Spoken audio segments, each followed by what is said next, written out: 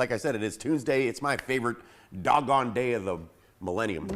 Week, month. We'll skip right to the millennium. Forever. I even wore, I don't know if you guys, I even wore my. Look at her little tie. It's what do you call that? A keyboard tie. It's a keyboard. She even tied it into a little tie. Like a tie. I tied it myself this morning. She's resourceful with her fashion, if nothing else. Yes, but I didn't think about when I have to go to the bathroom, I have to undo it every time. So that was the lesson we learned today. Anyway. But a lot of West Virginians were up kind of late last night. Oh my gosh, did you? And then maybe afterwards when they were celebrating. Yeah, if you haven't heard the good news, WVU baseball has won. They won last night, the Super Regional, you guys, and they brought on the drama. Super Regional's coming tomorrow. Yeah, they won. Well, yes, we're going to host the Super Regional now. We're going to host the Super Regional. It was a dramatic 6-5 win in the 10th inning, you guys. A walk-off home run of all things. Was it a home run? Was it a walk-off hit? Sorry, you know what. I'm doing all these things, but anyway. Holly's doing her best. Yeah, I'm doing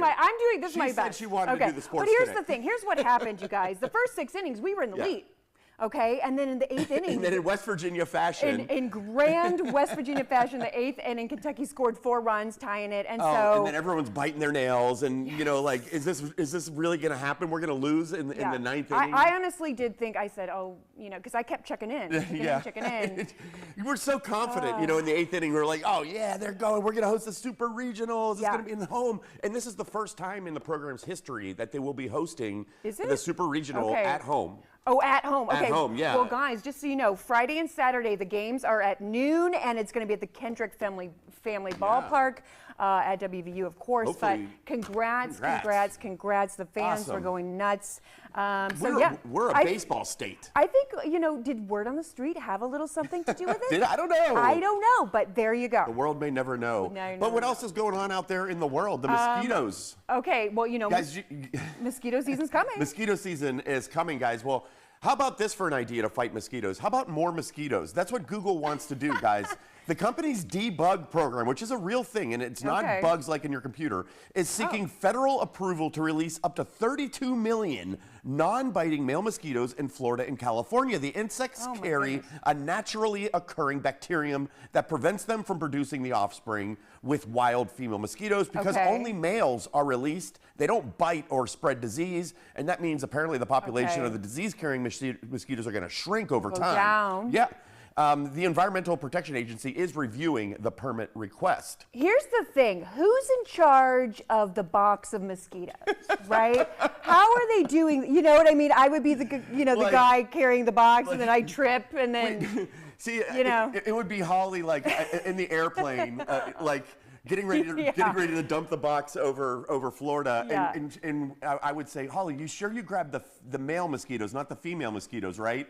As they're falling out. Yeah, that would be me. So I hope whoever's doing this has their stuff together there. But anyway, I think that's interesting. I mean, it is weird. But did you know that? Did you know that Google? That's actually as interesting as the story itself. That Google's doing this since 2016. They've had a whole division dedicated to this type of stuff. Debugging. Okay. Yeah. So that's fascinating. It's all about preventing West Nile virus, Zika, because mosquitoes.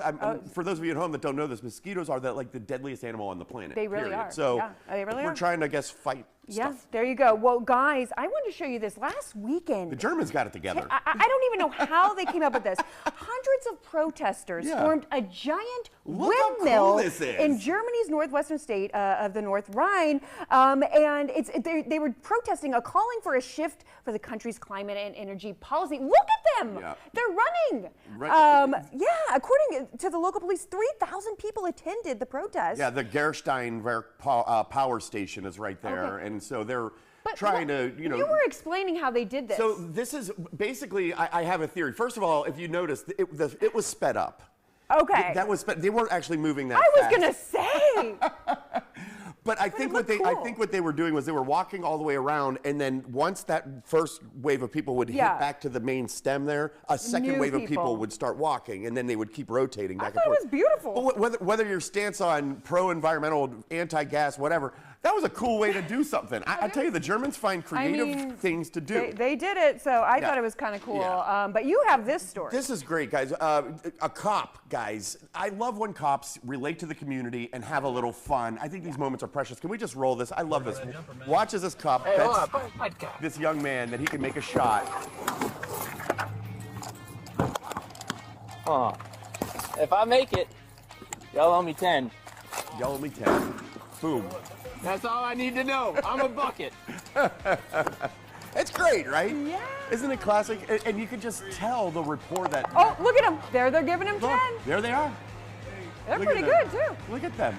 Hey, boys, have fun. And you can just tell that cop, that was not the first time those kids had met that cop. Yeah. You know what I mean? Yeah. And you can just tell that he had a great, he just said give him 10. Yeah. They knew exactly what he meant. And those kind of relationships, I think, are precious. He just pulled right over. I love to see that kind of stuff. I love that. What about but guys, art news, Holly? Let's talk a little art, shall we? This is as high art as we get. Yeah, a museum exhibit showcasing original works in New York City has gone to the dogs, or to be more specific, dog food. The exhibit, which recently debuted at the AKC Museum of the Dog, and it's sponsored by Royal Canin. Royal Canin is very expensive dog food, by the way. Yeah, remember we used to buy that. Showcases the well-known masterworks of using only kibble. Look at that. Look how good they did. Look at the girl with the pearl earring. That's incredible. The Mona Lisa. All of this is just out of kibble, and it's going to be going on for a couple weeks. If you're out there in NYC, I might put that one on my list too. Yeah, something to scream about. There you go. Yeah. I love that. I love that. But speaking of quirky art, this is a bit sensitive, if you will, guys. A recent restoration took place inside a shopping center in Milan, Italy, guys, described as one of the oldest in the world. It wasn't a structural renovation, though, but instead a restorative work on a floor tile mosaic of a bull whose privates had been worn away completely by visitors exercising a bizarre local tradition. According to the Galleria Vittorio Emanuele, it's the second's website, visitors are encouraged to spin their heel 3 times around the bull's testicles, calling it an ancient city ritual to invoke good luck. But years of the foot traffic in quotes, if you will, had left a literal hole in the work, and so they set up this little construction to try to rebuild. You see the little guy to try to just working on that one little part. So hard, a little part. You know, imagine you spend your whole life preparing to be a mosaic artist. Yeah, and then, a master. And then you're working on bull's They call testicles. you in for the bull. Evan, you're back. Welcome back, Evan. What do you think about this story? We thought that was an appropriate. Yeah, there you go. Yeah.